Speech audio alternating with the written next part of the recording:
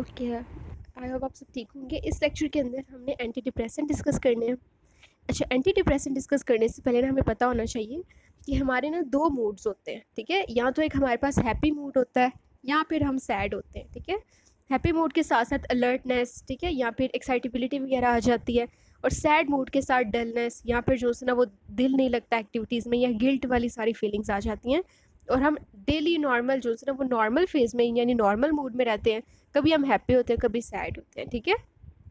अब जो डिप्रेशन होता है ना, डिप्रेशन बेसिकली किस चीज़ को कहते हैं, उसके लिए ना तीन चीज़ें अंदर होती हैं कि अनयूजुअल पीरियड ऑफ सैडनेस, यानी इंसान बहुत ज़्यादा सैड रह रहा है अनयूजुअल पीरियड के लिए, थोड़े अरसे के लिए भी हो सकता है, ज़्यादा अरसे के लिए भी हो सकता है।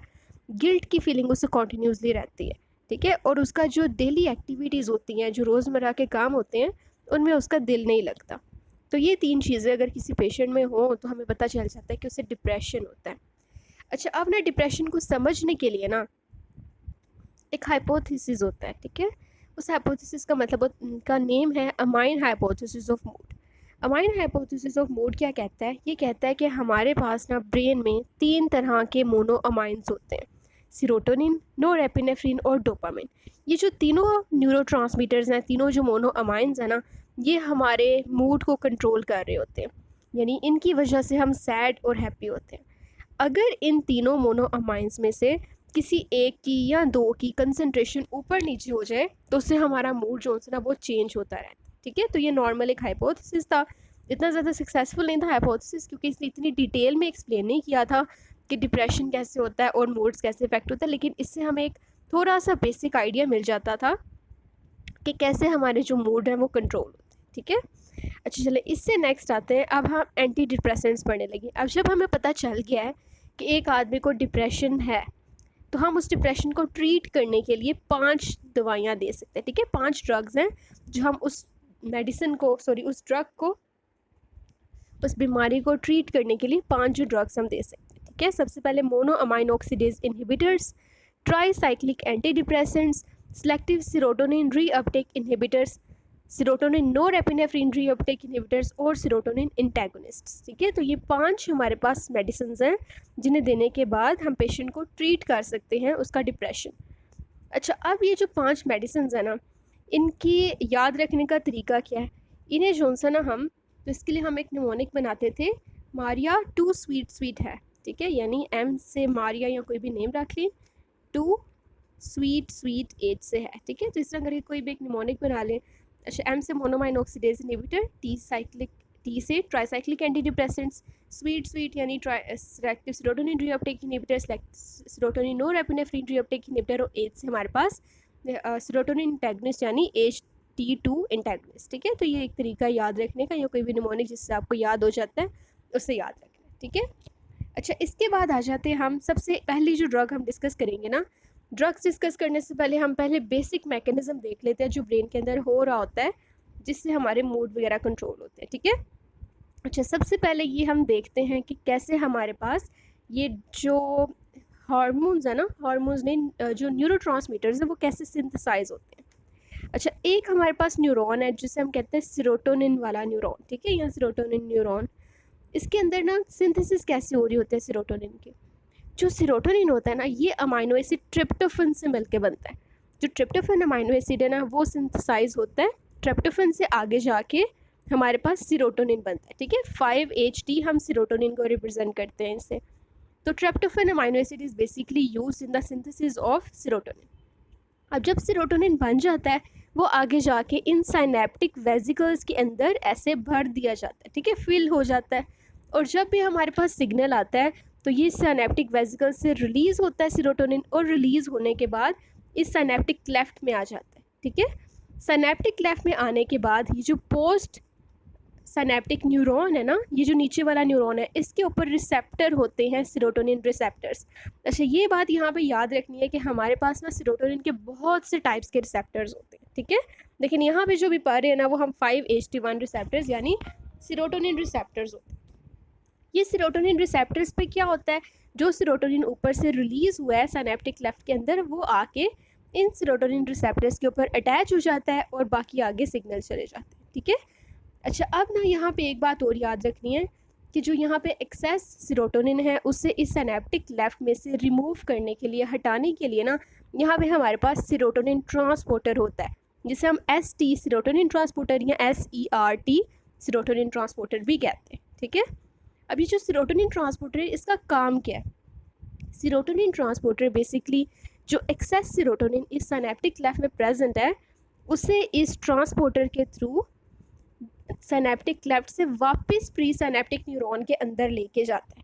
ठीक है, अच्छा अब अंदर जाने के बाद ना इस सीरोटोनिन के दो काम होते हैं। या तो ये जो सीरोटोनिन यहाँ से हमने अंदर लेके गए हैं ना, ये अंदर जाने के बाद दोबारा इन सिनेप्टिक वेसिकल्स के अंदर भर दिया जाता है। ठीक है, दोबारा इसके अंदर फिल हो जाएगा और दोबारा रिलीज़ हो जाएगा जब ज़रूरत पड़ेगी। और दूसरा तरीका ये होता है कि यहाँ पे एक एंजाइम होता है अंदर जिसे हम कहते हैं मोनोअमाइन ऑक्सीडेज। ठीक है, MAO, या फिर ये मोनोअमाइन ऑक्सीडेज इस सीरोटोनिन को डीग्रेड करता है, मेटाबोलाइज करके ख़त्म कर देता है। ठीक है, तो मैं दोबारा बात रिपीट कर देती हूँ कि जो सीरोटोनिन यहाँ पे एक्सेस होता है उससे ये सीरोटोनिन ट्रांसपोर्टर रीअपटेक कर लेता है और अंदर ले जाता है। अंदर जाने के बाद या वो सीरोटोनिन की जो वेसिकल्स थे, सिनेप्टिक वेसिकल्स, उसके अंदर दोबारा फिल हो जाता है, या मोनोमाइन ऑक्सीडेज उसे जो से मेटाबोलाइज करके ख़त्म कर देता है। अच्छा, दूसरी तरफ क्या हो रहा है? अब नॉन एड्रीनालिन वाले जो हमारे पास नोरेपिनेफ्रिन वाले जो न्यूरॉन्स हैं उनके अंदर क्या हो रहा होता है? नोरेपिनेफ्रिन बन रहा होता है टायरोसिन से। ठीक है, ये बात याद रखनी है, सीरोटोनिन बनता है ट्रिप्टोफैन से और नोरेड्रेनालिन टायरोसिन से बनता है। जो टायरोसिन है ना वो आगे जाके नोरेपिनेफ्रिन बना रहा होता है। जब नोरेपिनेफ्रिन बन गया वो भी वैसे ही सिनेप्टिक वेसिकल्स के अंदर फिल हो जाता है और फिल होने के बाद जब भी ज़रूरत पड़ती है वो यहाँ से रिलीज़ हो सकता है। जब वो रिलीज़ होता है ना, रिलीज़ होने के बाद जो नीचे पोस्ट सिनेप्टिक न्यूरॉन है वहाँ पे दो तरह के रिसेप्टर्स होते हैं, अल्फ़ा 1 और बीटा रिसेप्टर्स। ये जो नॉन एपिनेफ्रिन है ना, ये जाके इन रिसेप्टर्स पे बाइंड करता है और अपना एक्शन परफॉर्म करता है। ठीक है, वही एक्शन जो आगे जनरेट होगा वो हम डिटेल में भी पढ़ लेंगे। अच्छा, अब ये जो एक्सेस नोरेपिनेफ्रिन जो न्यूरोट्रांसमीटर है जो इस सिनेप्टिक क्लेफ्ट के अंदर इकट्ठा हुआ है, इस एक्सेस को रिमूव कराने के लिए ना यहाँ पे हमारे पास ट्रांसपोर्टर होता है जिसे हम कहते हैं नेट, यानी नोरेपिनेफ्रिन ट्रांसपोर्टर। अब ये नोरेपिनेफ्रिन ट्रांसपोर्टर क्या करता है? ये भी यहाँ से नोरेपिनेफ्रिन को लेता है, दोबारा प्री सिनेप्टिक न्यूरॉन के अंदर ले जाता है।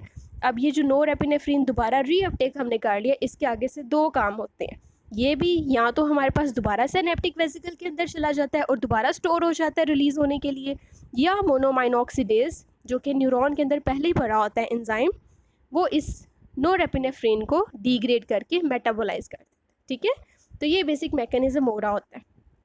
अच्छा, अब आ जाते हैं हम ड्रग्स की तरफ।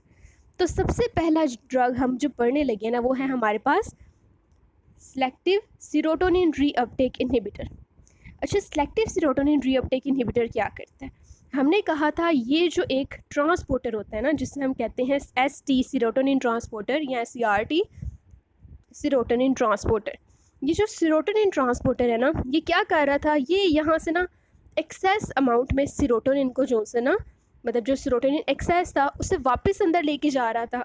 हमें तो ज़्यादा सीरोटोनिन बाहर चाहिए मूड को कंट्रोल करने के लिए। ठीक है, तो हम क्या करते हैं? हम सेलेक्टिव सीरोटोनिन रीअपटेक इनहिबिटर देते हैं। ठीक है, सेलेक्टिव यानी इसने सिर्फ सीरोटोनिन को अपटेक करना है, रीअपटेक को इनहिबिट करना है इसने। ठीक है, यानी ये सिर्फ सीरोटोनिन की रीअपटेक को इनहिबिट कर देते हैं, सीरोटोनिन वापस अंदर नहीं जाता।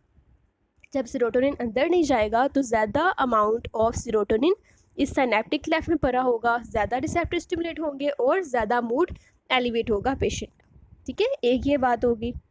इसके अलावा आ जाते हैं अगले आपकी ड्रग के ऊपर। ठीक है, वो है हमारे पास सीरोटोनिन नोरेपिनेफ्रिन रीअपटेक इनहिबिटर। जो सीरोटोनिन नोरेपिनेफ्रिन रीअपटेक इनहिबिटर है ना, ये क्या करता है?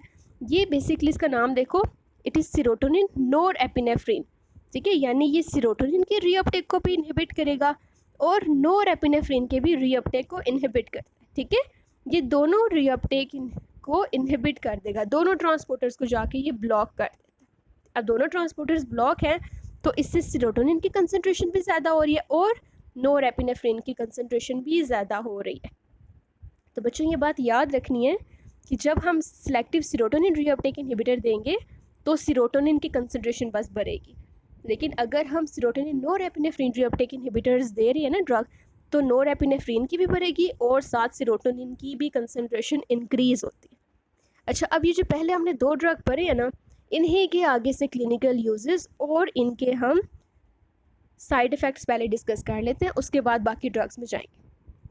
अच्छा, जो हमारे पास सिलेक्टिव सेरोटोनिन रीअपटेक इनहिबिटर है ना, इनके अंदर हमारे अगर क्लासिफिकेशन हमने याद करनी हो ना, कौन कौन से drug selective serotonin reuptake inhibitor में आते हैं, इसमें होता है सर्ट्रालिन, प्रोक्सिटीन, सीटालोप्राम, एसिटालोप्राम, फ्लोक्सिटीन और फ्लूवोक्सामिन। अच्छा, इसे याद करने के लिए ना 2 निमोनिक है, दोनों में से जो आपको ईजी लगे ना वो याद कर सकते हैं। मुझे सबसे ईजी लगता था सर पैरासीटाफ्लू, ठीक है, यानी आप लिखेंगे सर पैरासीटाफ्लू, ठीक है, सर पैरासीटाफ्लू, बस एक वर्ड याद कर लें। सर से आपने याद रखना है सर्ट्रलिन, पैरा यानी पेरोक्सिटीन, सीटा यानी सीटालोप्राम और इसी से एसिटालोप्राम भी याद रख लो, बस ऐसे ही ऐड किया, और फ्लू से याद रखना फ्लॉक्सिटीन और फ्लूवोक्सामिन, ठीक है। तो ये निमोनिक है। यहाँ फिर एक निमोनिक होता है सर पाकिस्तान चॉकलेट फैक्ट्री, ठीक है, सर पाकिस्तान चॉकलेट फैक्ट्री, लेकिन सर सीटालोप्राम से ना ज़्यादा इजीली याद होता है, तो इसलिए से आप याद कर लें। अच्छा, अब सिलेक्टिव सेरोटोनिन रीअपटेक इनहिबिटर्स के ड्रग्स तो हमें याद हो गए हैं। अब इसके जो क्लिनिकल इंपॉर्टेंस है ना, मतलब कौन कौन सी चीज़ों के लिए हम इसे यूज़ करते हैं, वो हम देख लेते हैं।